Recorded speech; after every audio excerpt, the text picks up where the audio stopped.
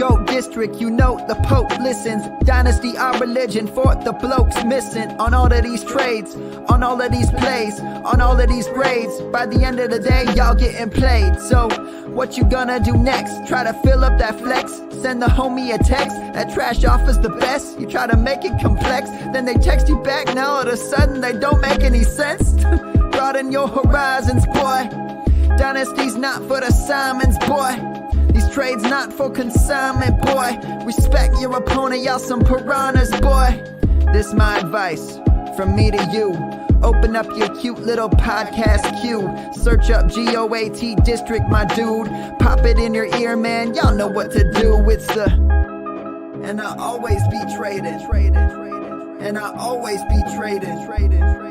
And I always be trading. Y'all try to betray them, but first you gotta bait them. Fish.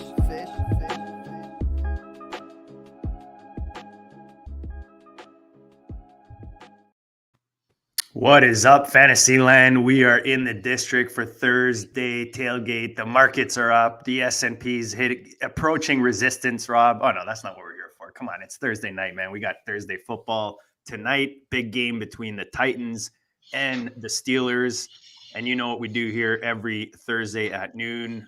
The Harry Snowman and myself at the Harry Snowman and at JD Goat District on the good old X machine. We're going to break this bad boy down. We're going to help our fantasy folks. We're going to help the high stakes folks. We're going to help the bettors. People who just watch for fun. People who just like Rob's backward hats. So we got a tight one tonight. Should be interesting. I mean, it's like, Rob, the narrative has made it interesting with the rookie situation in Tennessee. We have Will Levis giving us 4 touchdowns as in his first appearance.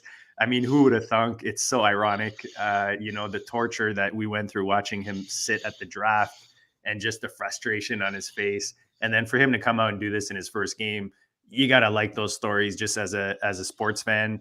So he is up against the Pittsburgh Steelers tonight. Steelers are 4-3, 16 points for, 21 points against on average.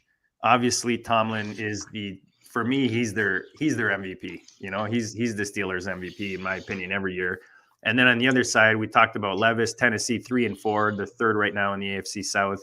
And then they've got a couple, actually almost 3 points over Pittsburgh. They're at 18.9 points per game, and then about the same at 20 points against on average. We got Toronto Dave in the house. What's up, T. Dave? I'm going to start calling him T.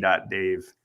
Canada in the house. There we go. So, Rob, I don't know if you want to start at last week. I was getting blood this morning, so I did not get a chance to go back and see how accurate or inaccurate. I feel like we did go in the right direction, but something we didn't hit on was maybe was it the under or something? The yardage over, I think was I was looking for. We were just kind of playing with that. So, yeah, we've got, adjusting for that. But, yeah, other than that, we did pretty straight on the game itself, on the script. But yeah. All right. This is not like financial advice here, guys. This is to help you guys break down the game. Rob's done a lot of research that maybe you don't have time to do, or you don't have access to some of that data. I look at the game in a different way. So together we try to help you guys kind of make your own decision. That's the whole idea here, whether you're starting your lineups, whether you're looking at your player props, or just looking at lines. So Rob, let's get into this one. This is you seem pretty excited about it. On the screen, you guys will see 36.5. It's actually at 37 now, the over-under, and Pittsburgh are favored by 3 at home. Yeah, I'm excited about the game because it's going to be fun. I mean, first of all, Will Levis, we're going to find out now if he's the real deal. Well, I mean, maybe not for sure, but if he can continue like this, it wasn't just that he threw 4 touchdowns. He had a 12.3 ADOT, 76% adjusted completion rate. That's off the scales for a rookie. Threw no interceptions. If he can come into Pittsburgh with Tomlin and perform anywhere near that, this team's going to be a lot better than people expected coming down the stretch. And, young arm, old wide receiver is a golden combination. And when you get a young arm coming in with an experienced vet, there's so many different examples. I give Pierre Garçon as the first one that popped in my head. But, there are so many times where, so I'm looking at D-Hop, seeing how he's going to perform this game. He's got some advantages. And then this is history. This game could be history for Henry. He's approaching all sorts of milestones. I am pretty sure that someone like that's going to be aware of the fact that, he's about to tie Earl Campbell for the most 100-yard games in history of that franchise. If he gets 100 yards this game, another 139 yards, he hits the 9,000 yards career level. Pretty sure he's going to be aware of that. Henry's always been a star on primetime, one of the best in history at performing under the lights. 95.7 yards per game on primetime. He's number one, more than 7 yards closest to the next person, Hall of Famer Edgerrin James, 7 yards behind him, around 88 yards per game on primetime. So got some great stars coming into this game. We got new people coming up. All sorts of good things going on the Tennessee side. Not so much on Pittsburgh side. They lost their quarterback. He's supposed to play this week, Pickett. Lost, who I think is going to be the biggest missing piece is Minka. Fitzpatrick is going to be out this game. Now, historically, he was out last year with an appendectomy. Say that. And yeah. But it really didn't affect the defense too much during that time. They managed to hold people under 20 points, except for Cincinnati. But then I'm looking at the teams, and it's New Orleans and Indianapolis, Atlanta. Last year, they all sucked. So I don't know if it really had an effect or not, looking at the history of it.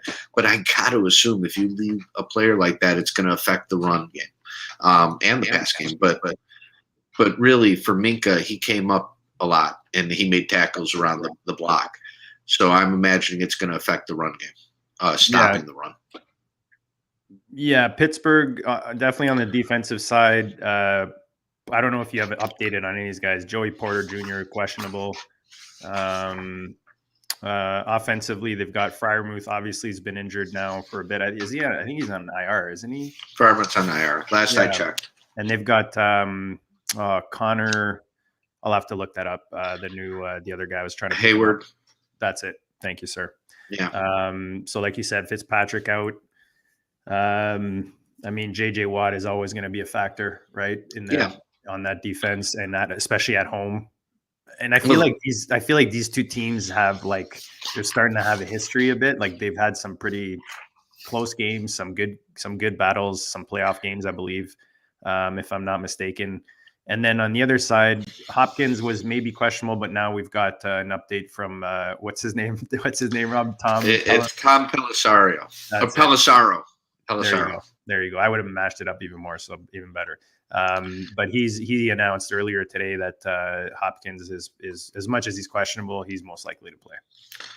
And so commenting a little bit on the the games going between them. Last 5 games between these two teams, Pittsburgh's 4-1 straight up. The last 5 games in Pittsburgh. Pittsburgh's 4-1 straight up. Okay. Anything on this? Do you have anything on the point spread or the scores or anything there? Between the two, it's kind of mixed. It was right around 50-50, but on the against the spread in the matchup. The lines moved again. Look at that live on the air. It's at 2.5 now. The spread. Okay. So right now Pittsburgh pulling towards the Titans. Yeah, and understandable. Right? Understandable. Usually the general rule in sports lines is the home team will get 3 points. In some places it's heavier than others, but I think at Pittsburgh it's fair to say they've got a pretty good home field advantage, especially when it gets a little crispy out there. So they were at 3, which means that to the sports books, this was a flip 'em. What do they call that? Flip 'em? Yeah, a pick 'em. Pick 'em. That's what it is. Pick 'em. There you go. If there's a name, I'll mess it up. Even the simple ones. A pick 'em, which means it was a pick 'em, and now it's slightly a point over, pulling towards the Titans here as we get closer to the game. So, Vegas seeing this as a close game as well.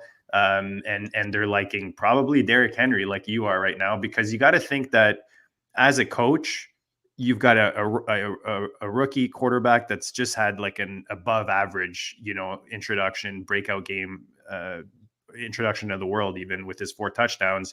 You want that confidence to stay high. You don't want him to go into Pittsburgh and start launching the ball everywhere, getting intercepted, sacked. You know what I mean? They're going to want to control. They're going to want to kind of pace him is what I'm saying, especially in Pittsburgh, in that hostile environment, and also on a short week, Rob. These guys are what, four days now that they played 4 days ago. So the statistics back you up on this. The last 16 games at home for Pittsburgh, they're 12-4 on the under. 5-0 under just the last 5 games they've played. So statistics back you up with Pittsburgh playing at home with keeping the score down. Yeah. And so that again probably favors less Willis, throwing the ball too much, and then more Henry. And I asked you this earlier, if you heard anything about this. I heard something about that Henry there was a trade that was even accepted, but then the ownership didn't want to trade him basically to Baltimore, I think is what I heard. So you got to think, let's say that is, usually where there's smoke, there's fire in the NFL. I feel like these days, let's say that's partially true. You got to think maybe they're going to, again, that narrative is strong there with Henry.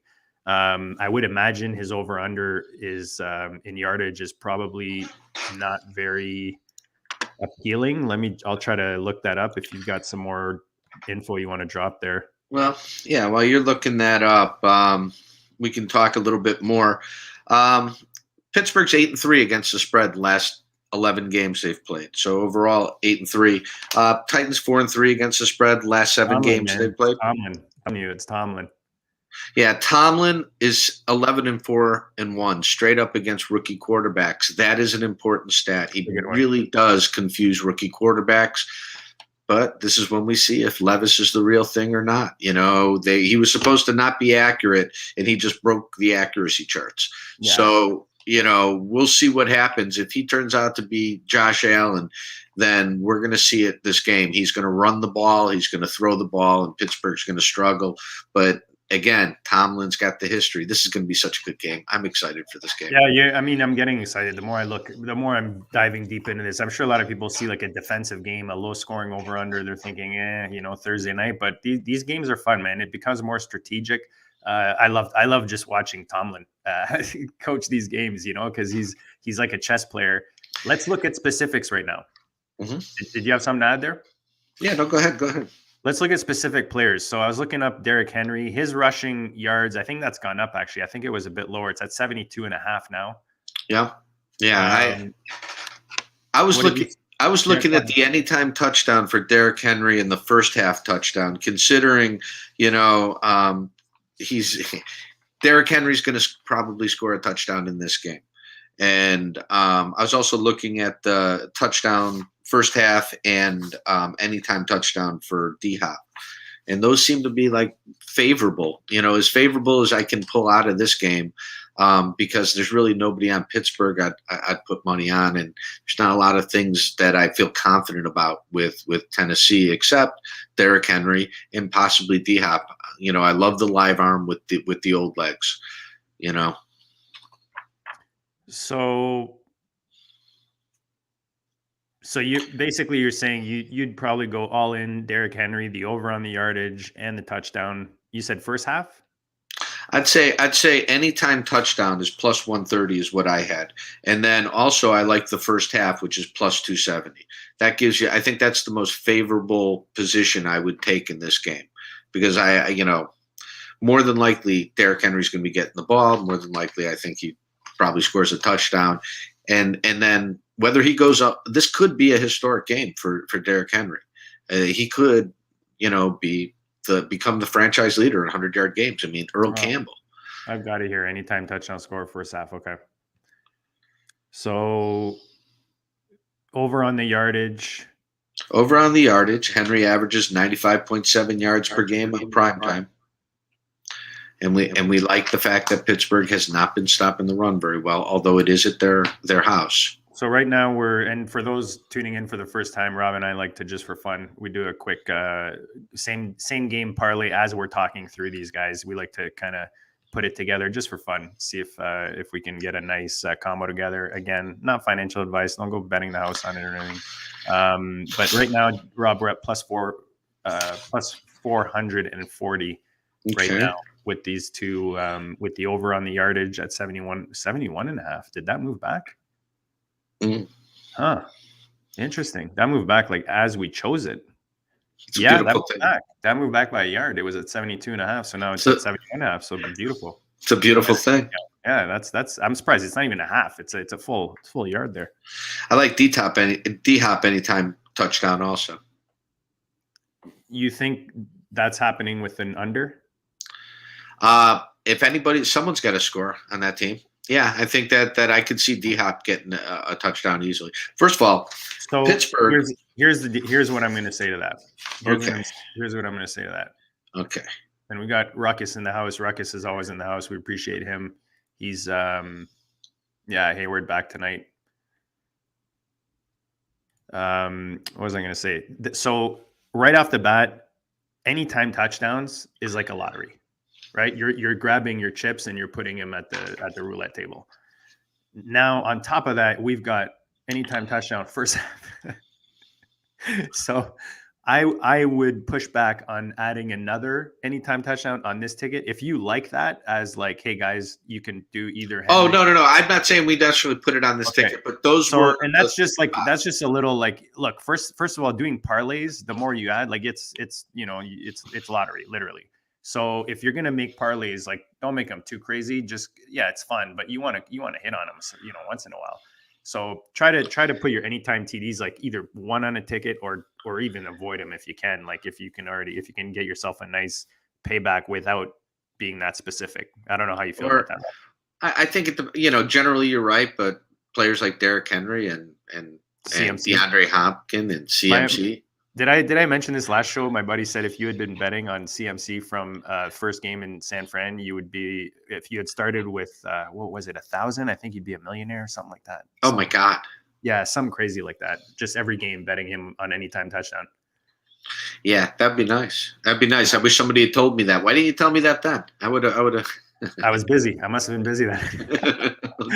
All right. So let's get back to the game. What were you? I was going to say, you could do, if you were going to be shaping these, you could say, I'm going to do a Derrick Henry parlay, or I'm going to do a D-Hop parlay. And then you have one where D-Hop anytime first half, or you have a Derrick Henry anytime first half. And then we're going to, line that up with something else, or as opposed to putting them together in the same ticket. So what would you add to Henry over the 71.5 and then the anytime TD in the first half? Do you like Tennessee in the first half? That's a good question. Something. Let me. I want to see who Vegas likes. Right. Or do you just like Tennessee? I mean, now we're losing. It would have been probably nicer at +3, but now we're at +2.5. Can always tease it. What's that? Oh, the score. Yeah, if you wanted to go the score, or you could just, like I said, if you like Henry, especially. I don't know. I think it's going to be a tight game. I mean, I really do think it's going to be a tight game. What if we did something like with the kickers? Like if it is under, right? We looked at this I think it was last week or the week before, and we think we did pretty good on both of the calls. Do you know? Yeah, go ahead. I'm wondering what the weather is. Let me see if I can find that somewhere. Let's see. I don't know that it'll be a factor. It doesn't look like it's going to be. Wind isn't expected to be much of a factor. Okay, so. Yeah.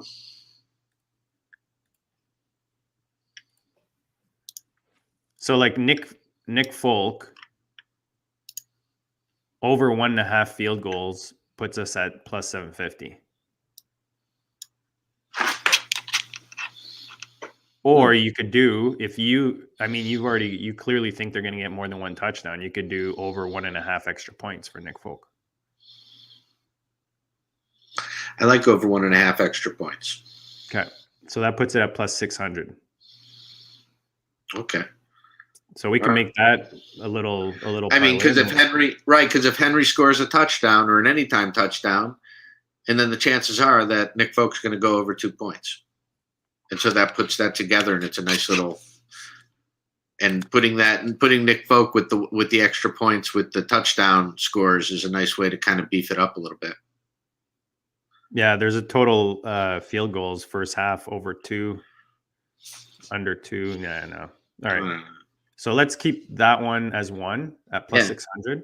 Yeah, I like the way that goes with together, because if they score the touchdown, you're already hitting on one of those points. Exactly.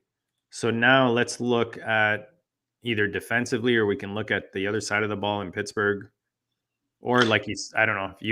The thing is, I feel like if we go to, I mean, look, we didn't touch the spread on the game or the over under, but I just feel like if we go D-hop, we're kind of saying that Tennessee is going to win this game if they're both going to be putting that much yardage and points. So maybe we got to tease Tennessee in this game in this one. Yeah, I kind of like the idea of teasing Tennessee in this game. And I'm looking, James, I see where you're saying Kenny Pickett 6-0 in primetime. And yeah, there's a lot of strong stats for Pittsburgh going in primetime at home. Pickett's hurt, though. He's coming into this game injured. Ribs, I think. I think it was ribs. When Trubisky came in, he immediately threw two picks. Well, he threw one at the end of regulation, but 2 picks. I don't know how good Pickett's going to be coming in on a short week, coming off those injuries, coming against this defense. There's a lot of stats that go Pittsburgh's way, but there's a lot of more fundamental that kind of go the way of Tennessee, missing players and matchups that are going to come out to their advantage, I think. What about even teasing Tennessee just even plus 3.5? Because then if, let's say it is a close game and Pittsburgh's at home and they win by a field goal, you still have it. Yeah, I think right around 3.5 is fine. So 3.5 is at 182 plus 182. You put that in a parlay, right? And by teasing it, you're saying now instead of getting 2.5, we're getting 5.5, right? Okay. And maybe because we do that. No, I guess. Well, the field goal is not as important. I was going to say field goal on Boswell, but what else? What do you guys think, guys? Tell us. What do we have here? James is saying Kenny Pickett is 6-0 in primetime. Yeah, that's what I was just saying. Yeah, Rob says Pittsburgh's got a lot of primetime weight, and then you've got Derrick Henry on the other side, who's a lot of prime time. There's some rumors that we talked about that maybe it has him a bit more motivated and has him maybe get him a couple more carries, a little more happier, especially on the goal line. So if we tease it at plus 3.5, what's as much as you think Pickett is under, Deontay is usually a target monster. What are his Deontay moves around, when I look at Tennessee, they're the worst against the number 1 wide receiver, right? So whoever's who do you think is the number 1 receiver in Pittsburgh? Well, that's the problem. I mean, it's Deontay, but is he going to line up on the right side or the left side? Because that's really the bottom line. Or are they going to move him around? Whoever's going to line up on the left side of the line, who's going to line up, I believe, against who are we lining up against? So Deontay, Christian Fulton. Deontay, since he's been back, he was targeted first game against the Rams 6 times, had 5 receptions, 14 targets, and 2 of them in the red zone against Jacksonville. Yeah, nobody's saying to sit Deontay Johnson. He's still going to be a target hog. No, but I'm looking at receptions. His over-under on receptions is only 5.5. I like the over on that. Receptions 5.5? Yeah, for Deontay. He's going to be going up against Sean Murphy Bunting. And again, these defenses don't move around, so you kind of get a good idea who the people are going to match up if everybody lines up. 5.5? Yeah, if he gets 12 targets, it's good weather. Yeah, I like that. At home, Yeah, I like that. I think we could. I like that. I think he'll go over that. I think he'll.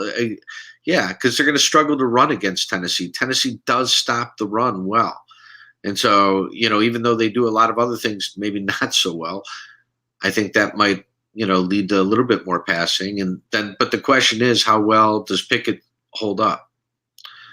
So with Pickett, his over-under is 218.5 yardage. Anthony's asking what the yardage total is for Deontay. Hold on. Just remember this: 31.5 pass attempts. Pickett over/under. Right down. And we said Deontay, his receiving yards is at 58.5. So if you look at his yardage, 48, 79, and 85, I mean, his last two games have been pretty decent. So if I'm looking at it statistically for Tennessee, it actually seems low. That seems really low. That seems really low. If he's you can even take both. You could even take Deontay over his receiving and his. I like the over the receiving yards more than I like the over the receptions. The receptions? Yeah, I mean, I like both, but I feel like they're one and the same. No, over in the slot. Johnson.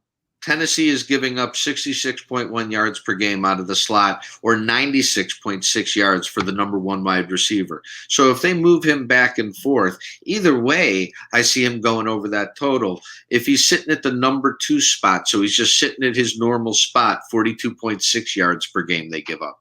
So the question is, do they move him into the slot? Are they moving him around, or are they going to leave him in one place? I think they're going to move him around.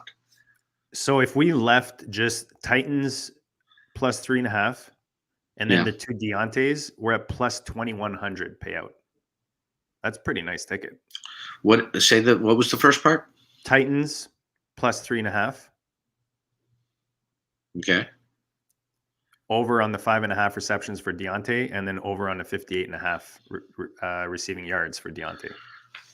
Well, I mean, I like it. It's a Deontay bet. I like it. I mean, if we like Deontay, I think it's a good bet. And if they're trailing, especially at the end of the game, a bit, or trying to get down the field, they're going to go to Deontay. You know what I mean? Yeah, absolutely, absolutely. If this is a Tennessee game where Tennessee, and this kind of lines up with the other side, which is Tennessee scores first or in the first half, and you're able to get some touchdowns. Now Deontay is going to be receiving at the end, if that's the game script. I do like the Deontay lines. I mean, everything kind of lines up with the Tennessee defense too. They give up more on average, and Deontay is going to get fed.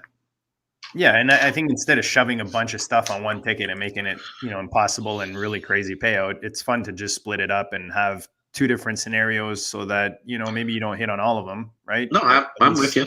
You have a higher chance of hitting. Let's see what the chat's saying, because I see the chat's pretty lit right now. What's yardage on Deontay? We talked about it. 58.5 on Deontay is the yardage. Titans plus 3.5 feels like you lose on the hook. It does, doesn't it, a little bit? But actually the other way. Plus 2.5, I feel like I'm going to lose on the hook. Plus 3.5, and I feel like they're not going to win by 4 points more likely. They're going to, It's going to be a field goal, I think, or less. That's kind of how I see it. I kind of see it that way too. I mean, I really do see Tomlin leading the clock. His offense is hurting. They're going to run the clock right from the go, and then Tennessee's going to run the ball. So it's going to be a fast game. I was going to ask, and I like that Ruckus brings this up, because I was looking at the two Pittsburgh running backs. I know Dan and I have them both on a team, and it's like a nightmare trying to figure out who you're going to start, because it's like it's muddy, right? And you look at here, like, I get it, over 2.5, and then Najee over 1.5, but it's like, who's going to get it? How do they decide? I have no idea. I don't know if I don't think I've watched enough Pittsburgh games in depth to follow how that backfield is running right now. I don't know if you have any input on that, Rob. Yeah, I don't know how many receptions per game we're giving up on average for Tennessee. I look at them as kind of middle of the pack, though. They're only giving up about 17.7 yards per game to the running back. So I don't know if that's necessarily the strongest play available, But yeah, other than that, I don't know. I don't have a strong feel one way or the other. Anthony really doesn't like our 3.5, but it's already in, buddy. So we'll have to see. Yeah, one way or the other. He's saying one way or the other. We'll find out. I agree, Anthony. It's going to be close. This is going to be a close game. So we're just trying to we don't want to put too much onto it to take off the top of what we're going to get on the bet. But by the same token, yeah, that's the idea, is to get as close as we can. And I'm curious what he thinks would have been the better tease there. I'm just curious to know what he was. He would have went. So let us know. Maybe I don't dislike it, but I think I agree with you. Okay, there we go. Yeah. Okay. We don't, and look, we don't want you that's why we like the show, and we're trying to make it live as much as we can so that we can get the interaction. If you guys don't like something, we're happy to hear it, man. That's very welcome. Yeah, Ruckus, we were just talking. If you shift over to Ruckus, is talking about the reception props being juicy for Deontay and Pickens. I agree. Someone's going to pop out of those two, if not both. And if we'll see what happens. We'll see what happens with that. But they definitely have matchup advantages. Specifically, who's ever at the number one spot, and I'm looking at the corner is Christian Fulton. So Ruckus, I love that you brought that up. Sorry, Rob. I'm excited I forgot about that. I was calling the Rashad White receptions. He went 7 for 7 last week. I forgot about that. I hope I hope somebody took advantage of that one. Yeah, that was a good one. All right. So I mean, I think do you have anything left from your goodness there we haven't covered or we haven't talked about? I'm sure there's some little stuff on this, but just something I wanted to bring up real quick. Well, aside from talking about this being a historic game for Henry, guys, I just want to tell you, this is so much harder than it looks from the other side of the keyboard. I have so much more respect for JD. A lot of these guys who've been doing this stuff for years. I've just been really trying my hard to bring you some value, something you can use in these games. And JD will vouch for it. I do well with the games. I do very well for myself, and I got to figure out a way to get what's up here out to you so that you can, do it whatever with it. But yeah, I just want you to know I'm trying my best for you. JD, I got nothing but respect for JD and all the other guys. And, all I can tell you is, yeah, it's easy for me to pop off on the other side of the keyboard with a single stat, but getting ready for a show like this, completely different animal. Totally. So. Yeah, totally. Look, we put a lot into these shows. I know it might seem, like we just kind of fling it together, but no, man. Hey, look, first of all, you and beyond, I wouldn't do this with you if you weren't bringing the goodness. So you bring some good data. I always say, man, and this is not like specifically a sports betting show. The reason I like to focus on lines and player props is Vegas knows a lot. And I always say we don't know shit, but Vegas knows a lot, and they make a lot of money for a reason. So if you focus on those lines and you use that research or that data into your fantasy football, your start sits, that'll really help you. It's really helped me in my fantasy football. I'm sure it'll help you when you have tough decisions to make. First thing I'll do is go look at an over under in a game. If there's a huge discrepancy, maybe that'll help me make my decision, or, you can go down the rabbit hole, but you guys get what I'm saying. So this is, again, we're not here to hit 1,000, bat 1,000, be 100% on everything. We just want to help you guys. We love the chat. Joanna's in the house. Hi, Joe. Sorry. There you go. Rob's excited. No, look, we love having you guys on the live show as much as you can jump in. And if you're watching this after, drop your comments, below. We appreciate it. Just remember to smash the like button. That helps us a lot. Like Rob said, we put a lot in these shows. We want to bring you guys the goodness. And that's it, man. Make sure you subscribe to the channel. Tune in tonight. As I mentioned earlier, we've got Mike Schopps, voice of the Buffalo Bills, and co-host of The Deep End, also on the Player Profiler Network, another high-stakes show that plays right before the GOAT District show on Tuesday nights. They're on at 8:30. We're on at 9:30 Eastern. You guys have been awesome. Anthony, we appreciate you. Joanna, Ruckus, all you guys, good luck tonight. Enjoy the game, and we will check you all later.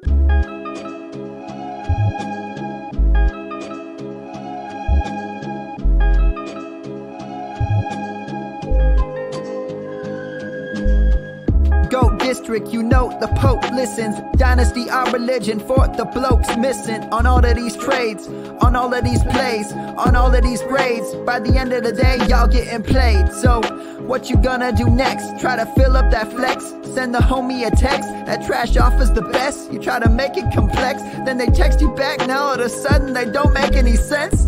Broaden your horizons, boy. Dynasty's not for the Simons, boy. These trades not for consignment, boy. Respect your opponent, y'all some piranhas, boy. This my advice, from me to you.